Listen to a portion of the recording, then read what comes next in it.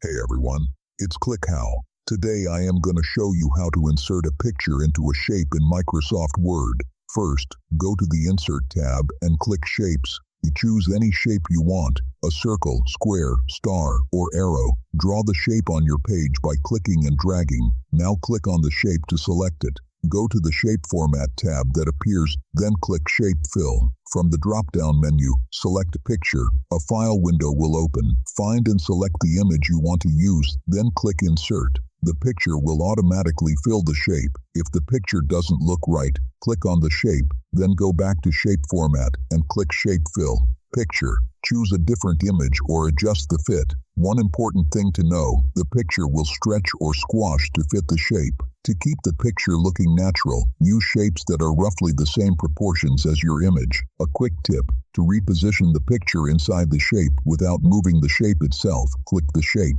go to Shape Format, click Shape Fill, Picture, Layout Options 1 or right, click the shape and choose Format Shape. Under the Picture tab, adjust the offset settings to move the image around inside the shape. If you found this helpful, make sure to hit that like button, subscribe, and ring that notification bell. Thanks for watching, and see you in the next video.